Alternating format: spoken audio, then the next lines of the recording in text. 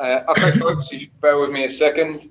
We'll follow our usual format today. So we'll take questions from our broadcast rights holders, and then we will do a section for the dailies thereafter. You can use the raise hand function where possible. And we will start with Rob Dorset from Sky Sports News, please. Hi, Brendan. Good to see you. Hi, Rob. Any injuries? Sorry, that was just for John. Yeah, we'll get to that in a bit. Quite good for you. Cheers, mate. Yeah. Nothing if not predictable. Look, obvious place to start. European Super League. More than just a proposal now. The Big Six have signed up for it. What's your reaction? What do you want to say on it? I think that the position really, Rob, is very much what, you see the statement that's come out from the Premier League, and myself and here at the football club, we've very much aligned with that.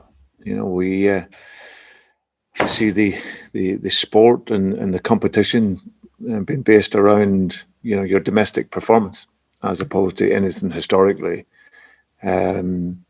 So, of course, there's a lot. I've listened a lot over the last 24 hours and obviously listened to a lot of emotion involved. And I think it's, and rightly so, there is that emotion. But like I say, hopefully over these next coming days and coming weeks, everyone can sit back down again and look at it and act on what's the best interests of the game. And, we understand now as much as any time that football is moving from sport to business, but we must never lose the fact that it is a sport and it's a game for supporters and players. And that always has to be at the forefront of any decision. You've been Liverpool manager. You've been in charge of that, iconic, historical football club. You know what that history means to the football club and its supporters. Is this an attack on that history? Yeah, but it's also for every supporter. The game is for the supporters and in turn the players. So I think there's been a line drawn in the stand here with all of this, and like I said, it's moved across into what looks very much a purely business proposal, and like I say, all the merits of teams and the reward in sport and competition. It looks like from the outside that isn't really taken into the ideas going forward. And listen, who knows? We see the evolution of the game. Teams that progress and develop, and that's the beauty of this, this league. That's why it's the most watched league in world football. It's the competition, but the 6 teams that are there must, can never forget that the brand that is the Premier League is based around all the teams.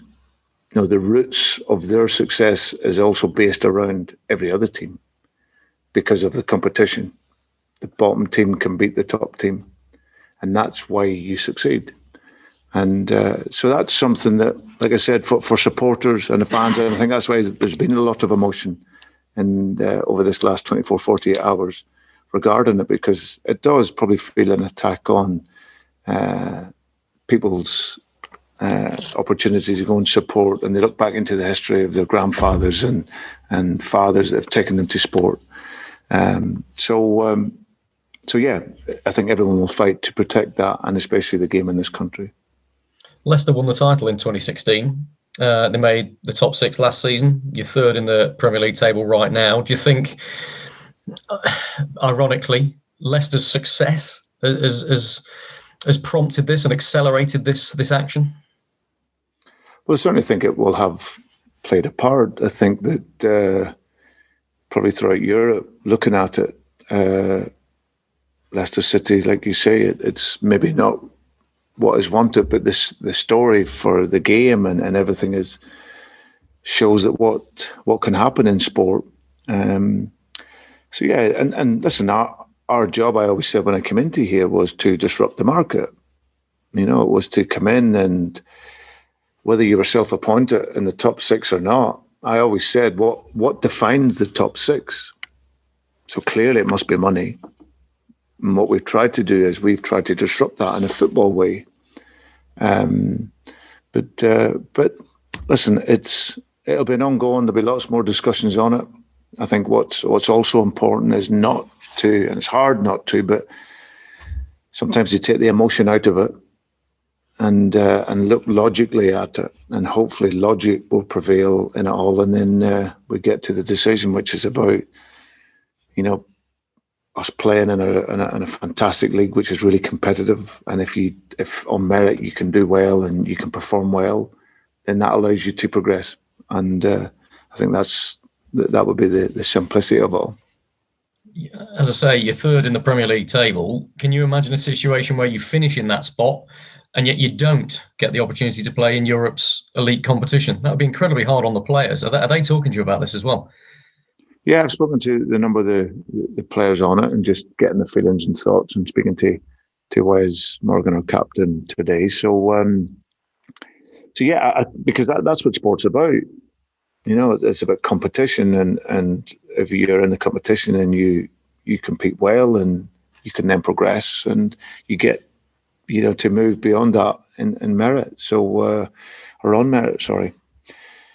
But yeah, it would be very, very tough to take if you were to finish in what would be a European place, and then you weren't able to go forward with that. But it's all ifs at the moment. It's obviously proposals that have gone out there, and now there's an opportunity for supporters, for people within the game, and government level to obviously ensure that we protect the game in this country and beyond.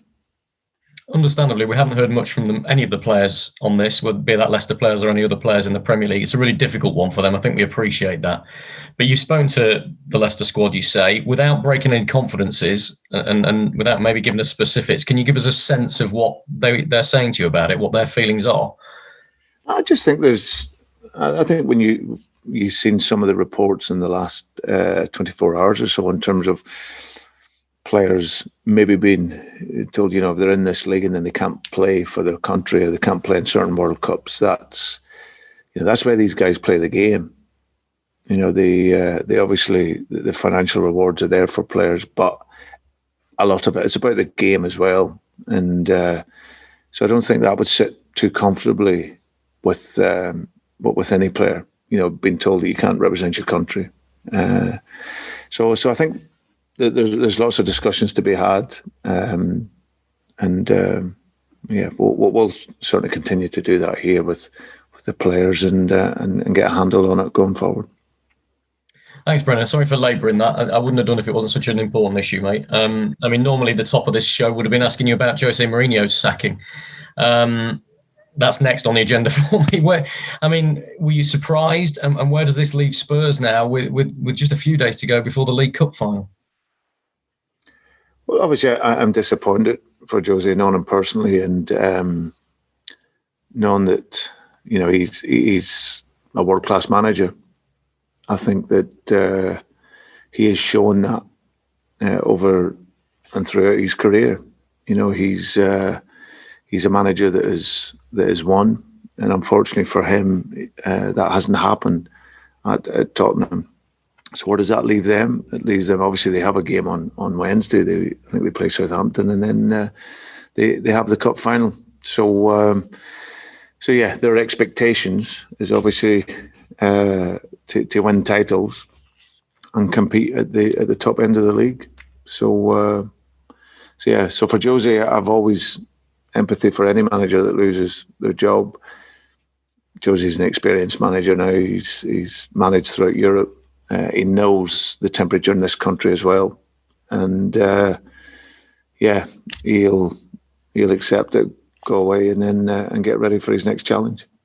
Do you feel? Look, he's had an awful lot of jobs here in England now. He's almost done all of the big clubs, and he said he won't manage their rivals. So this could potentially be the last time we see Jose Mourinho as a manager in England. If that is the case, how sad, and what will his legacy be from your perspective?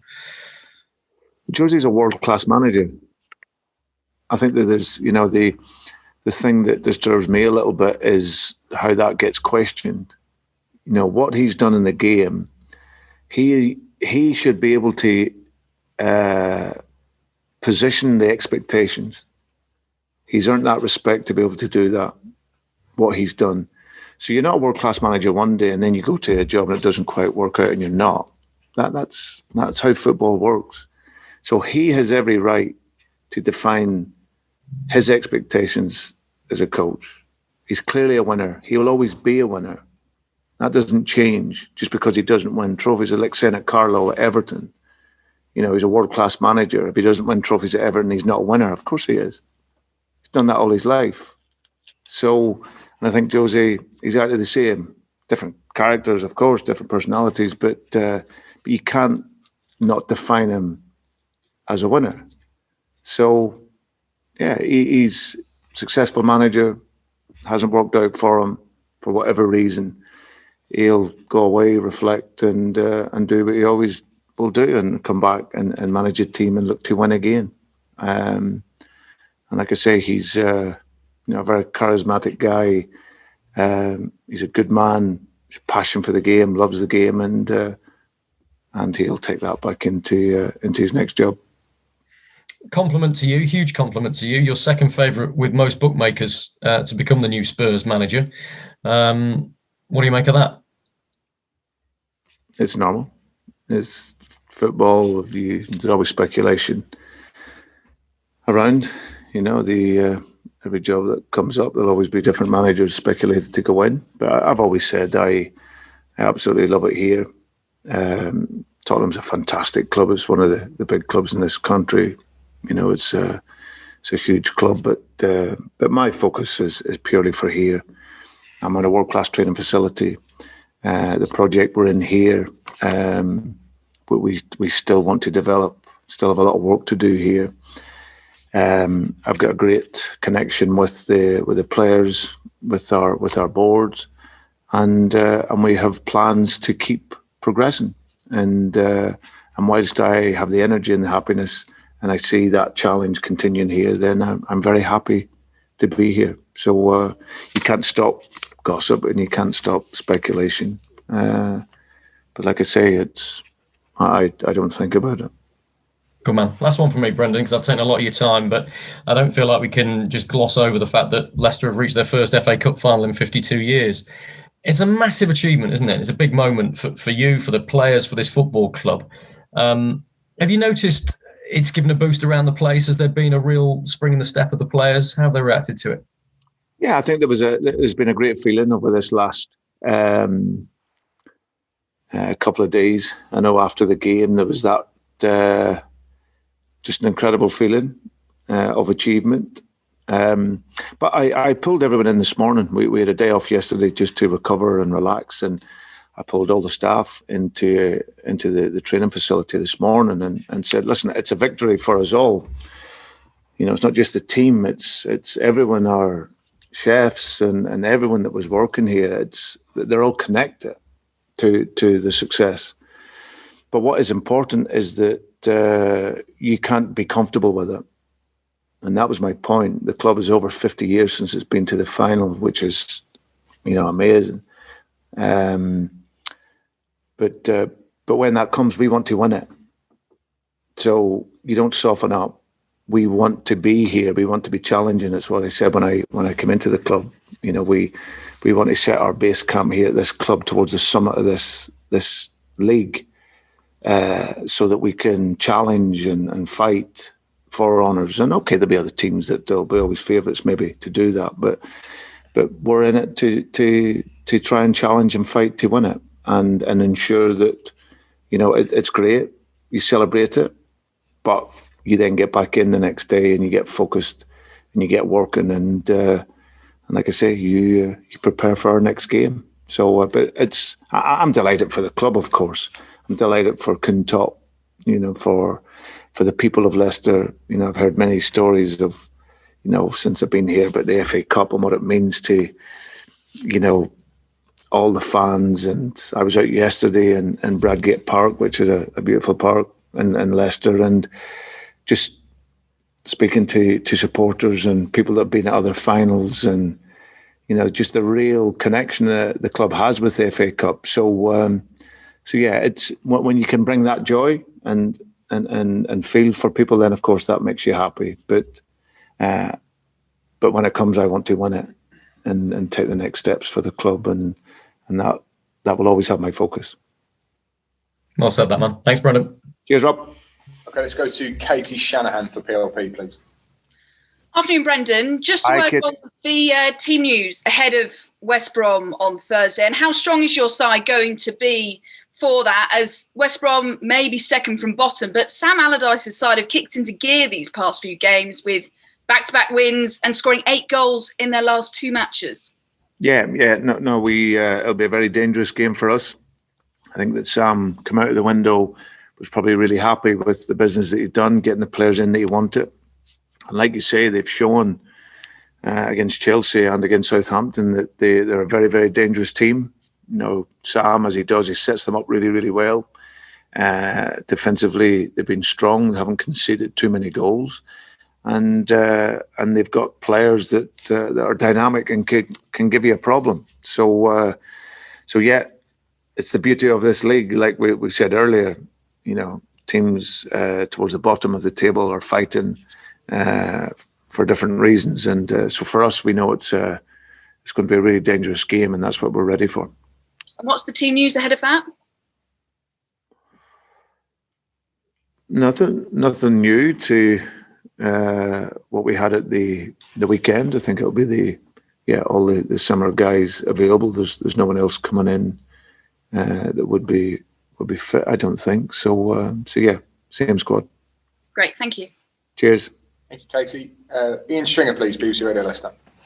Good afternoon, Brendan. Afternoon, Ian. Did you get a cup of tea, a pancake at Bradgate Park up to Old John? What'd you do? I did. I had what did I do? Yeah, I went into one of the little shops by the post office. You can go out the back, sit out the back, and had a Grey Lady, I think it's called. Sandwich. No. Grey Lady's up. This is further down. There's a cafe at the bottom and there's a restaurant at the top of the hill. Right. Well, the one in between that, which is the post office one, I was in there. Delightful. So, it was very nice, and then had a nice walk through the park. So beautiful. Very good. Very good. All of our favourite spots, people of Leicester. Lots of people have come up to you, Brendan. Lots of people will have I'm sure, been respectful of your day and your time on your own. But what was their message? I'd imagine it was one of delight and lots of praise as to what you're doing at the football club. Well, no, they're just happy, Ian. I think that the notion of Leicester being in an FA Cup final is you can just see it on people's faces. As I said, the whole tradition of the cup, I've really been taken aback by the feeling here with Leicester and the supporters, and hearing some of the stories and guys that been to the final and 1969 and everything. And I think they had a season ticket, Leicester, didn't they, at Wembley in those 60s? Going to Wembley, but yeah, there's a real affinity for it, and of course they're very proud of the team. So hopefully when that comes around, we can go the next step and make them prouder and create history for the club. So that will be the aim when it comes. As you say, go and win it. I love the fact that the day after getting to an FA Cup final, the first in 52 years, you're going to have a sandwich in a converted post office at a park in Leicester. Good on you.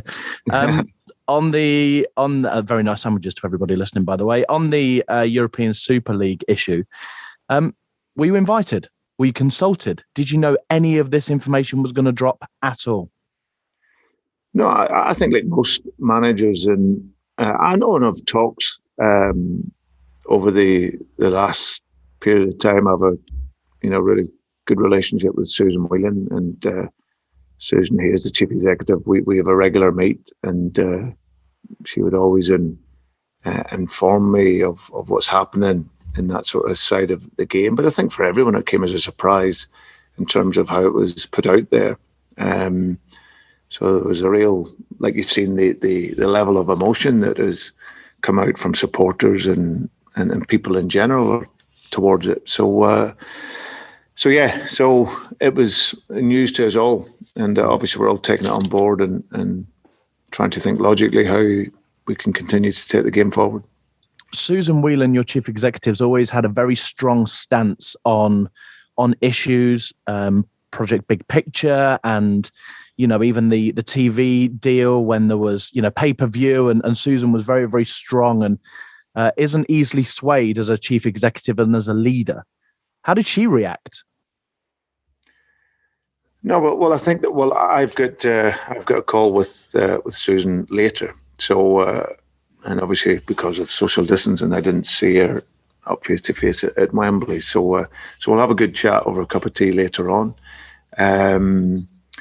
But I think the club's position is very much in like what the Premier League statement says. We're very much, and Leicester as a club, I suppose, is an example where you can challenge the hierarchy, and that's through a really, really economic, sound business model, and obviously performance on the pitch, and that's what sport is about.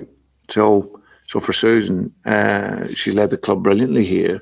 We've seen the progress in the club over the last 10 odd years, and her relationship with Kuntop and the family gives this club a real strong foundation. And it's days like, the last couple of days where the Leicester City supporters as well, they can be, eternally grateful that they have an ownership like they have, that in essence, that it's about the supporters at this club. And the club have always shown that. It's about the fans. And that's something I'm sure all the Leicester City supporters are very proud of. And obviously Susan leads that connection between the ownership and the day-to-day running of the club exceptionally well. I'm asking you to be Mystic Meg, but do you think it's going to happen, Brendan, ultimately, the ESL? Everyone seems to be holding a handful of aces at the minute, particularly the authorities, UEFA and FIFA and the Premier League and the FA. I wonder whether you think ultimately this is actually going to happen, or is it leverage? I love the way you've already shortened it to the ES.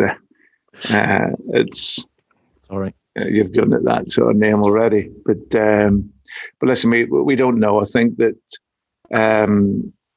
it's hard to predict, isn't it? It's hard to predict the future of the game. If this was done 40 years ago, what teams would have been in it then? If you look at 5 of the 6 teams have played outside of the top flight of the pyramid of the English game here, so it's so hard. It's so hard to predict the future and forecast. But I think what we all have a notion to do is protect the game.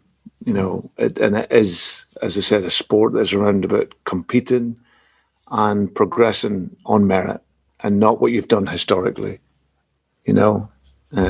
So my feeling is that there's probably a lot of conversations, but hopefully the logic will prevail, and we protect the game and protect the supporters. A couple on the pitch, because I know there's been a lot of off it. Ricardo played left hand side on Sunday, and Timothy Castagna on the right. How do you think he fared? Is that an option for you for a long time? I know you've done it before. I know he's played there before, but is that something that is a long-term solution for you, or was it kind of horses for courses with Southampton in mind at the weekend? Yeah, it's the choice that we made for that game. Both can play on either side. Ricky is coming back from a long-term injury, so I'm obviously careful of him. He took a blow to his calf at the weekend, but hopefully should be fine. Timothy, you've seen when he moved across to the other side, his combination play, and both those players can tactically play the position well. But we know it's a different game, different challenge, and we'll look at what we need to do to hopefully get the result against West Brom. Tricky one, West Brom, is it? Because of their position, because they kind of seem like free hits, because they've just got to hope that they can just put wins together, which they have in the last couple, get that momentum, which Leicester City did, of course, in 2014, 2015, with a game against West Brom, incidentally. But it feels like these kind of like the weight's almost off of their shoulders. With that in mind, does that make them a dangerous beast on Thursday? Yeah, I think every game, Ian, is so dangerous, no matter what stage of the season, and in particular now with them on the back of a couple of good results. You know, they've got also very good players. You know, mustn't forget that. It's been a tough season for them. But like I said, since January, they've been really competitive. They've shown that they can score goals. So we have to be very mindful of that. And again, like I said at the weekend, in order to get the result, we're going to have to defend well, and we know that we can score goals. So that will be the idea coming into this game. Thank you, Brendan. Wonderful choice of cafes at Braggy Park, by the way. Well done. Pleasure. No worries. Thank you. Okay, thanks everybody. We'll draw the broadcast section there.